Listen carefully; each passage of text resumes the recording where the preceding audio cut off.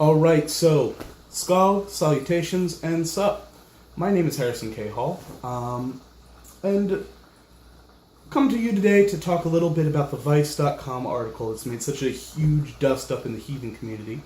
We're going to quickly talk about what the article is in broad strokes, what the community's problems specifically are with the article. It would be easy to say, we don't like it. It's not that we just don't like it, it's that it's a bad article for objectively demonstrable reasons. It's horrendous.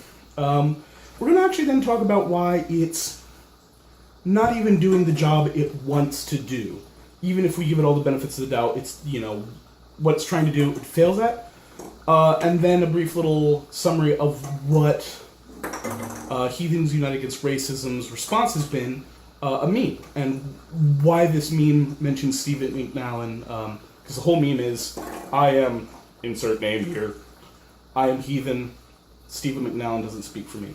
If you're not familiar with the entire article and the problem that came up in the first place, you might not understand why Stephen McNallen's being brought up in this. So we're going to quick touch on that as well. And just before I continue, if you hear weird noises, as I mentioned, I think on my blog, I recently moved. I know I don't mention it. Did I mention I was moving? It doesn't matter. Well, one of the first things we acquired was a kitten. And the kitten is right now playing with a small ball. So if you hear a noise, it's a small kitten playing with things. Hail Frail. And then, moving along. So the Vice.com article. I don't remember the exact name off the top of my head. Forgive me for this being a little slapdash. This article, this whole video is coming out later than I wanted to, just due to technical difficulties out the wazoo. This is like the 30th take of this thing I've done. The name of the article is something along the lines of how a worshipping religion turned racist, or racialist, or became a prison religion, something of that nature. You can see kind of where it's going. It depicts the entire spectrum of heathen religions as little more than either prison religions, or as basically bigotry with religion and spirituality stapled on after the fact. So even if you have just a passing familiarity with heathenry, you can see why people might not like that. So it's good and all to say that the article is bad, but why is it bad? Well, when you think about heathenry, and specifically heathenry and racialist influences one way or the other, what are some names that pop up in the head? Obviously, the first name for me is the group I'm part of, Heathens United Against Racism, HUAR. If you are on the other spectrum, you would think of maybe the AFA. If you're somewhere in the middle, you'd think of the Troth. If you're living out, in the Midwest, you'd probably think of Jotensbane Kindred. If you're thinking of organizations you'd want to talk about as being problematic with racialism, you'd probably talk about the Ermine folk. This article acknowledges that the AFA exists and quotes Stephen McNallen. He didn't miss anything. Really, it doesn't talk about the Troth. It doesn't talk about HUAR. It doesn't talk about the Ermine folk and their out-and-out racialist stance for membership. It quotes Stephen McNallen, and it's a quote derived from one of his works. I don't even think he was contacted for it. I don't know that for sure, but whatever else you want to say about him, he's a very articulate, particular, and practiced speaker. I can't see him just going, copy paste, send that out as a press release. He's more polished than that, so I can't see that they contacted him. Steve Abel of the Troth has said that they didn't contact him. They didn't even acknowledge that he existed in the article, which is pretty bad considering it's one of the biggest organizations for heathens worldwide. It didn't mention HUAR, didn't contact HUAR. I don't know that they didn't contact the Ermine folk. Maybe they did and they got told, told where to put it. But they certainly didn't mention them. Jotensbane Kindred, not mentioned either. Any existence of heathen organizations outside of the United States and Europe, not mentioned. So the only Heathen that I know for sure they did actually talk to is Josh Rood, who has come forth to say that they misquoted him and misattributed his credentials, listing him as a professor when he's said out and out that he's a student, and has never said anything other than he's a student. So that's some pretty bad rigor to get. There, and the article isn't even really accurate within its own context. There was some statistic, I can't remember the exact context of it, other than it quoted the figure 15%. And the number 15% was a hyperlink, suggesting that, hey, this is where we got this statistic from. If you'd like to look at it, feel free to click that hyperlink. So I did. I clicked on that hyperlink, and I was taken to a Southern Poverty Law Center article that didn't mention the statistic once. The number 15 wasn't even in the article. That's embarrassing. The author of the article is apparently a freelance writer who sold the article to Vice, I'm presuming. Maybe he was contracted to write it. Maybe he submitted it and they accepted it. I don't know. But apparently, I haven't really looked into this, but I heard that he on Twitter called basically all of the naysayers that have spoken up about this article being absolute trash, and called everyone either hippies or sexist libertarians. I don't know what to say about that other than it's not calling or saying that anybody's actually wrong. That's kind of what you'd have to be in order to be that frickin' smug. I don't know the author's name offhand, and I refuse to spend more time researching him than he spent researching his own frickin' work. So, let's move on. And I don't for the record, I've done freelance writing. It's miserable. It's horrid. It is a soul-crushing, soul-sucking thing that you do for basically $2.50 an article in some cases. In some cases, that's lucky. I don't say this is a crap freelance article lightly, but this is a crap freelance article. I would have never, ever submitted anything like that and requested payment. That is immense poor quality. It actually disgusts me on a professional level because I do some writing and I still do a little freelancing when the mode strikes. Appalling. So the article does get some of the hit. I will give it the dubious credit. Damning with fine praise. It gets its history right better than most. Of course, it doesn't really get the history that right, because if it did, it would have never existed. Because one could say that the aim of the article is to try and put a spotlight on all of those racialist groups within heathenry that so many of us have a problem with. The problem is when you do it this poorly, you're doing those racialist groups a favor. You're doing those white supremacists and fascists a favor.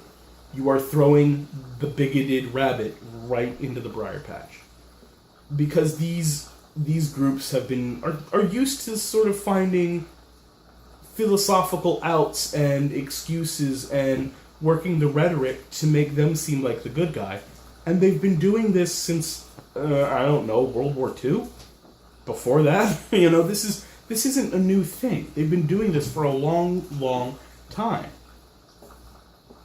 So an article, poorly researched, poorly written, comes out, says that, all heathens are bad, bigoted, nasty boogeymen, or parts of prison religions, and that's a kind of statement that a kindergartner could defeat.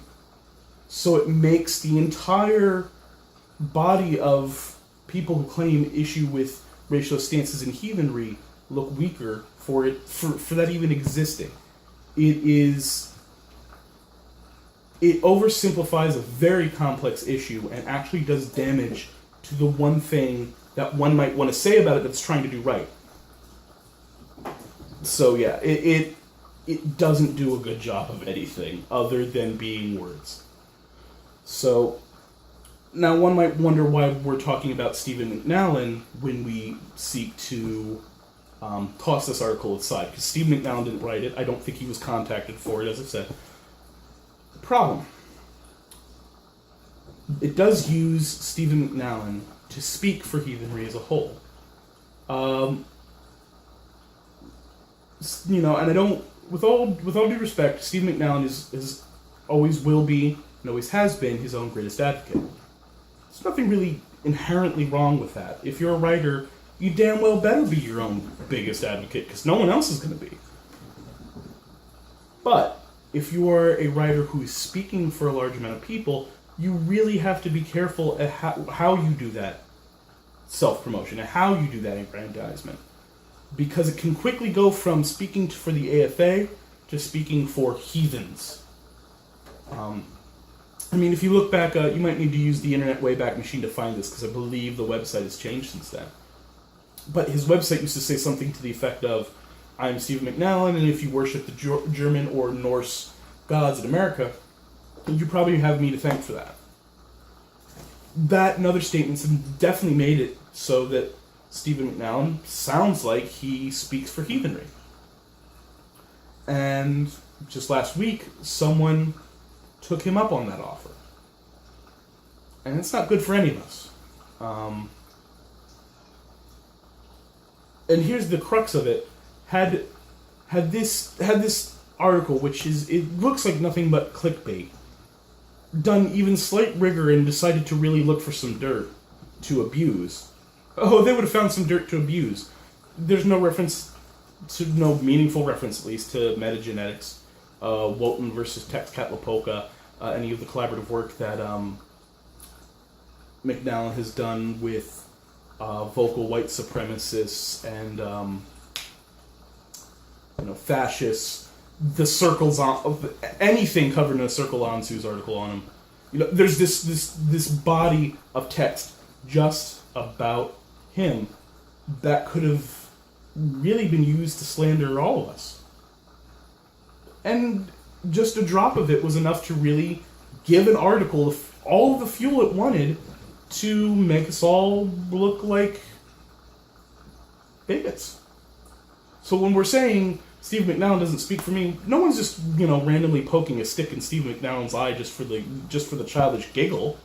It's because we now have to answer for it because someone made us answer for him, despite the fact that some of us have been saying we have nothing to do with this guy, and that we've been saying that for years.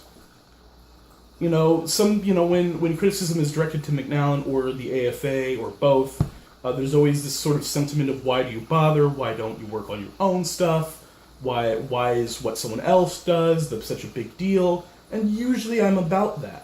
Usually I'm very much about the edge of your sacred space or your altar is where you end. You don't get to put your thoughts and beliefs on me and enforce them on me. However, the way that message has been carried, both by McNallen and those who advocate for him, has affected all of us. It demonstrably has now. And it's not healthy for the growth of heathenry. It's not healthy for it even globally, because it portrays it as something that it's not. And if this isn't nipped in the bud, this is a malignant kind of cancer that could eat at us. There's people shifting to and looking for religious meaning in the world right now because the religion of their birth hasn't given it to them. And so they're starting to look down other spiritual paths. I don't want that Vice article to be one of the first, top 10 things that speaks about my faith, because it has nothing to do with my faith. Not a damn thing.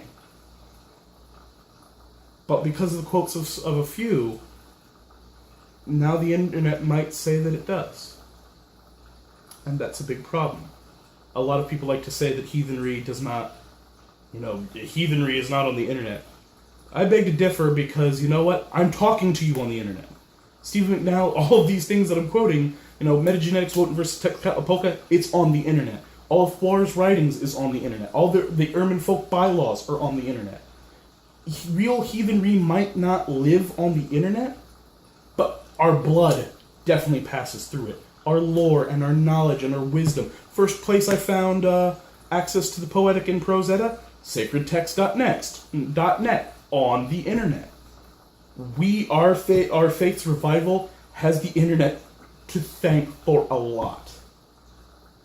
So we need to kind of keep the place a little bit clean. It's just the way of it. So to close this quick, I'm Harrison K. Hall. I am a heathen. I am a writer. I'm a husband, and I'm a father. I happen to be blessed with finding a wife who had a daughter already, so I got to have a jump start on family. And then, she got pregnant after before we got married, but that's another story. So, one of my daughters is technically my stepdaughter, and one of them is my daughter, but I say technically because none of that means a pinch of nothing to me. Those are my two daughters. One of them just happens to have a different last name. It's a Hispanic last name. And any man, woman, child, whatever, wants to tell me that Hispanic last name restricts my daughter from the spiritual path of her father, that's not a person I care to listen to. Not even for a moment. I'm Harrison K. Hall. I'm a heathen. And Stephen McNallen does not speak for me. Thank you. Good night. Hail the gods.